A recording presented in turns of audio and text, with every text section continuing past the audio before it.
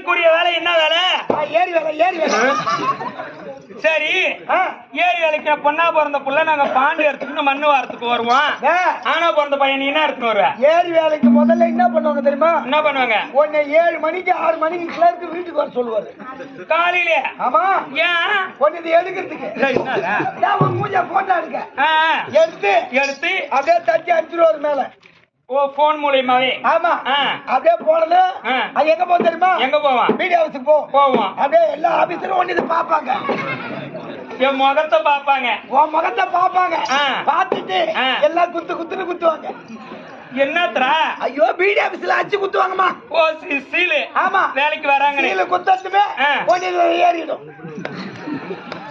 என்ன அவங்க எல்லாம் சிரிக்கிறாங்க. சம்பளம் ஏறிடும் உனக்கு.